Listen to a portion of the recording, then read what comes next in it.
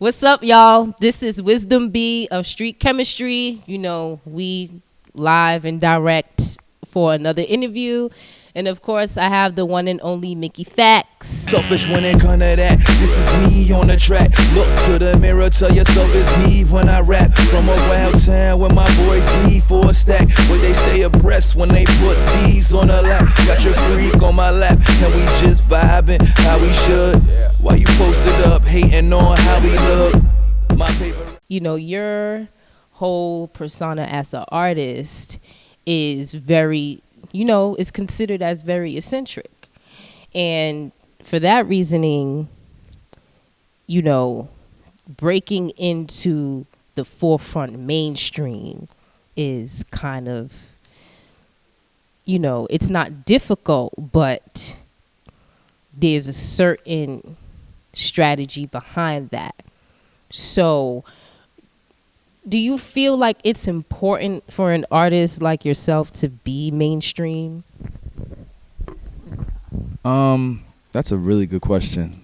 I feel at this point in my career, an artist such as myself does need to be mainstream. I don't know if it necessarily has to be me, but someone of my caliber who can possess the proper skill set to showcase the world, you know what I'm saying, in terms of lyricism and in terms of what the culture of hip-hop really embodies. If it is me, I would humbly take the torch and do my best to continuously make it relevant. But if it's not me and it's someone, you know, of my caliber, then I would greatly still appreciate that and say, okay, you're doing the culture justice between our forefathers. I mean, do you feel like artists of your caliber are even fit for mainstream? Because I feel like you see what mainstream hip hop is. Mainstream hip hop does not honor our founding fathers. It doesn't honor the origins of hip hop, you know, the elements of hip hop, especially with lyricism. You know, like you can't have an artist that's forefront straight up lyricist. So do you feel like there's even room for artists of your caliber in the mainstream? Well, I mean, that can be up for debate.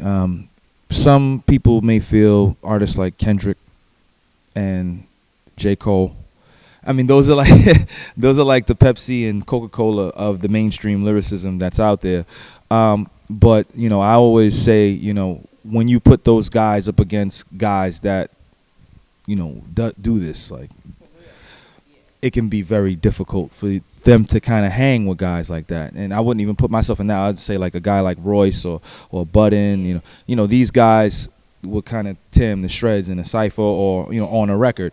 So, so in my opinion, I feel like we definitely need to be represented better in that limelight. It was definitely a blessing to see, you know, Royce have the #1 album not too long ago. Yeah, shout out to Royce and 5'9", you're doing it. It was definitely a good thing to see that, you know, people do want to hear different things. And, you know, for him to unseat Beyonce was crazy. So, you know, it's a beautiful thing. Couple words for the ears of the listeners. You're here as a visitor. Please leave your signature. Diary of Mickey on display. It's a yearbook. Privacy is really a decay. I'm a werewolf alive in the night. 4:14 on my clock as I write. Bills on my countertop, rocking my life. Bill collectors plot calling non-stop, got me tight. They blocked out of spite. Damn, yeah, he did do that. Royce the 5'9" did do that. See, I mean, yeah, I mean, it's like right now he has the #1 album like that because the real hip hop community is actually supporting him. And I feel like that's the only way for an artist of that caliber to really get that support. And, you know, Royce the 5'9" is a veteran. He's been in this game for years. You know, he has a historic element about him with the whole D12 and his connection to Eminem. So, you know, it took him that long to get to this point to where you have the #1 album in the country.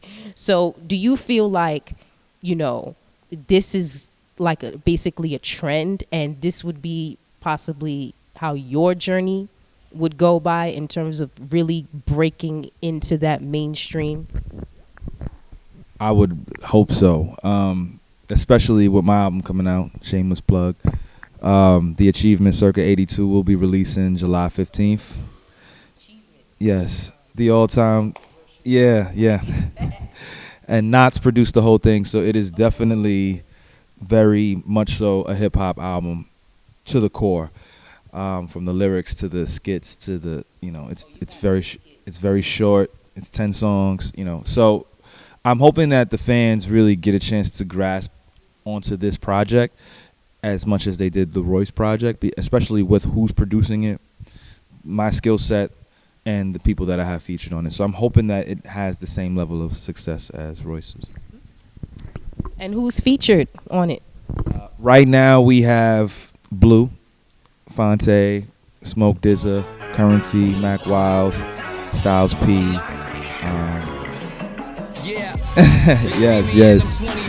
Yes. We are waiting. We're still waiting on Talib to jump on the record, and then that's it. So. We're waiting on Talib Kweli. Oh boy. And that seems like a pretty, first of all, these features sound super. And adding on to Talib Kweli, who is indeed a hip-hop legend in his own divine right. If you're a hip-hop head, you're forced to respect this achievement. So we're definitely going to be on the lookout for that.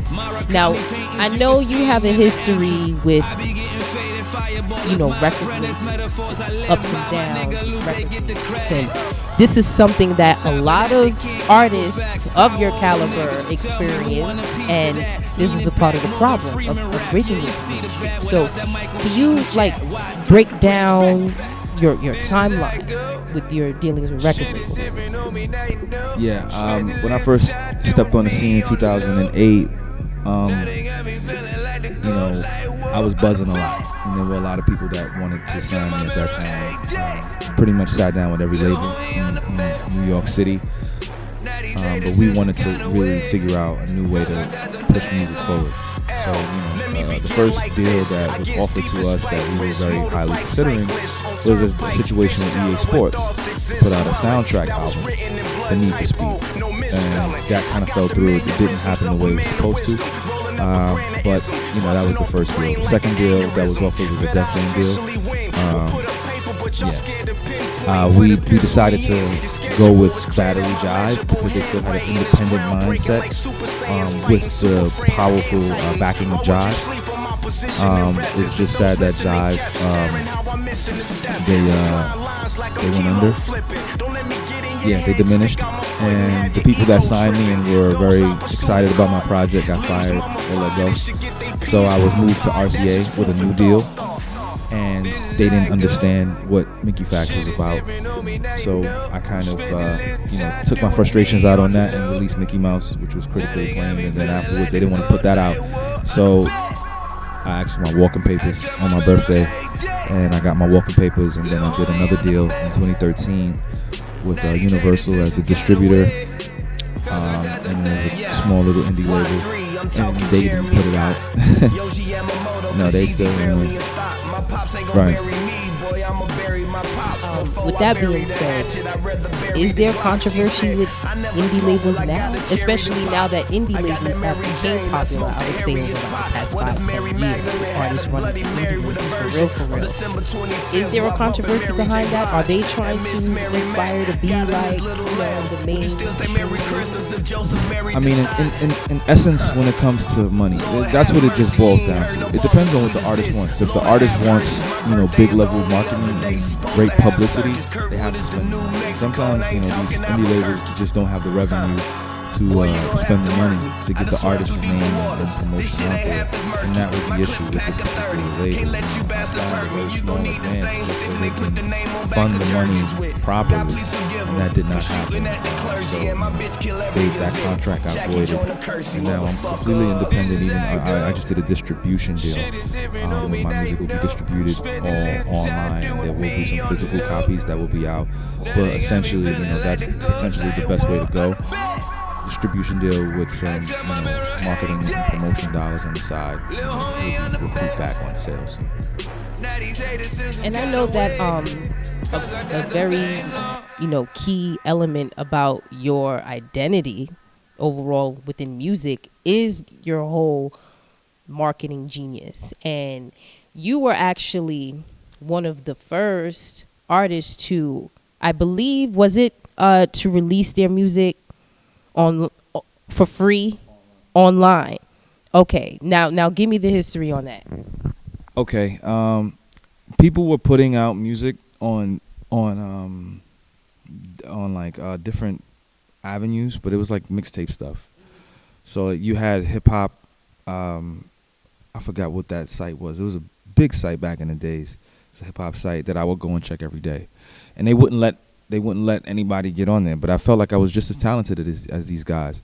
Same thing with DJs, but they wouldn't let anybody get on. So I put a brand new song out every week on MySpace, and it started to gain traction. People were like, "Yo, he's releasing free music."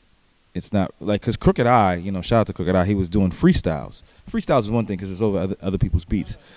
But I was giving away actual real songs for free every week. And it was consistently getting better and better and better and better. And people couldn't understand it. So during that time, when I did that, then the floodgates were open. People started to see that.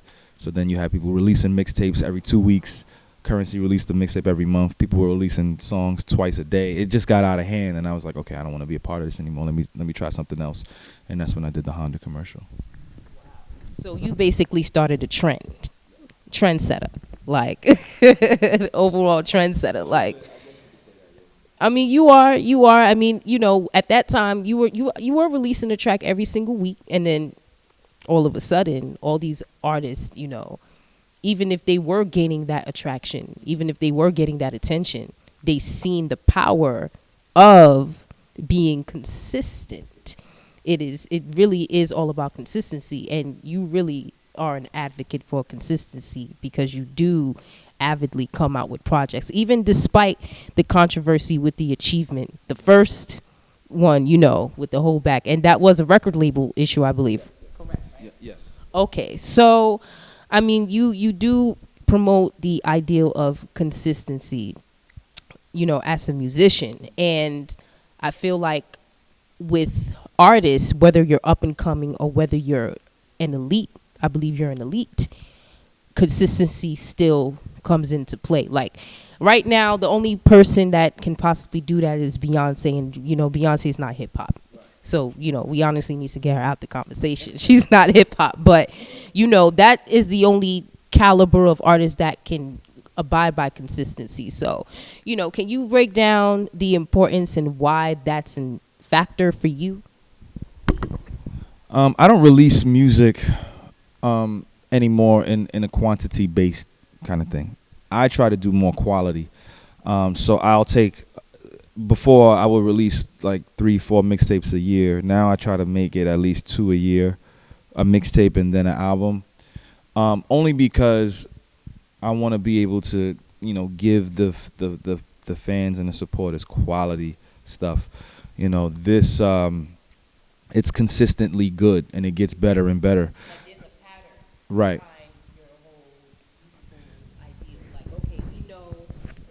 It's like we know Mickey Factz is going to release a mixtape out in the beginning of the year, and we know he's going to come out with an album. So it's like you're building that momentum for yourself to where your whole entire fan base is always on the lookout.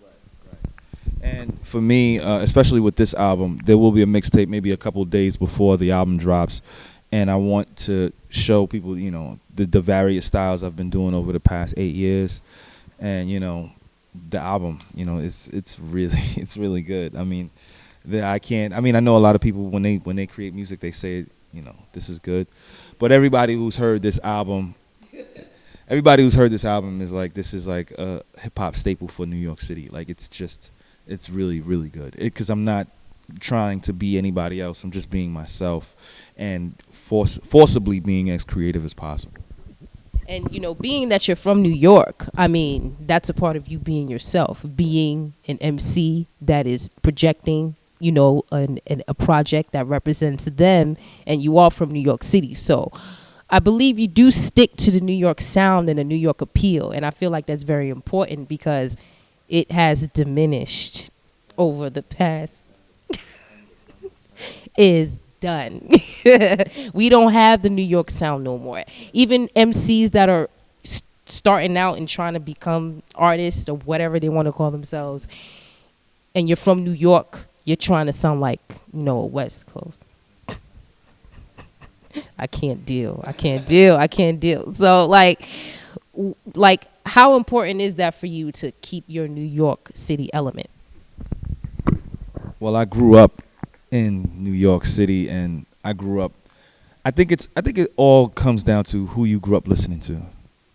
I grew up, my first person I know you're a big avid Kane fan. That's the very first person I've ever heard rapping. And, he inspired me, period. So all of the couplets, all of the lyricalness, everything, the style, the performing wild, the dancing, all of that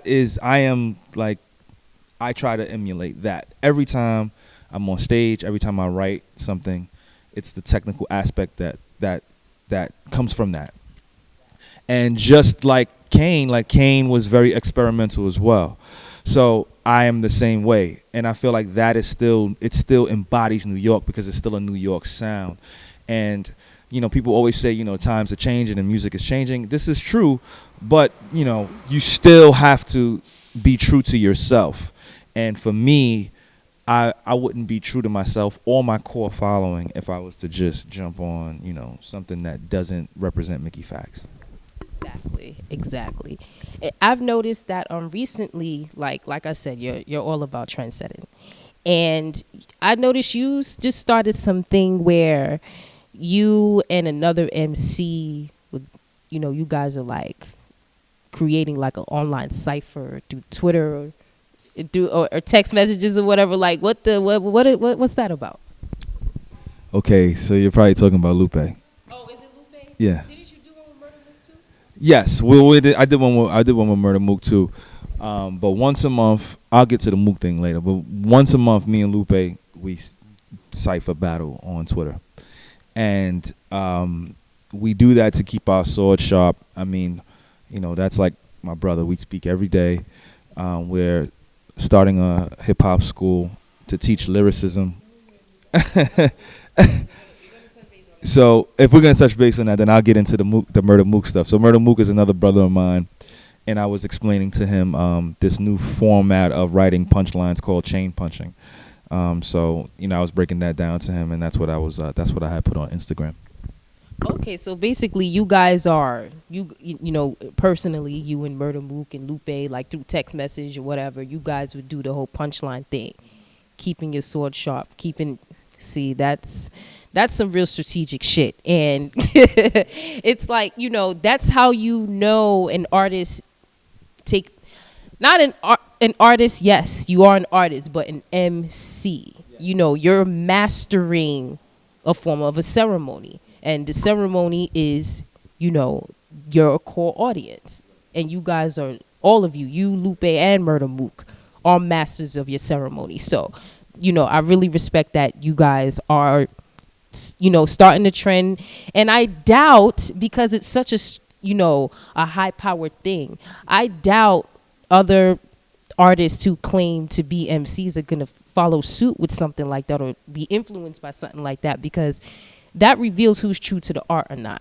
So if you're a mediocre ass MC, you're not going to sit down with another MC because, one, you're intimidated by them. So you're not going to be on some, I'm not practicing with this motherfucker. You know what I'm saying? So I think it's great and that you guys are like abiding by this and you're really setting a pillar. So hopefully people can learn if they want to learn. If not, then that just makes more room, for the real MCs out here. Right. Okay. I'm feeling like paradise. I'm feeling like paradise.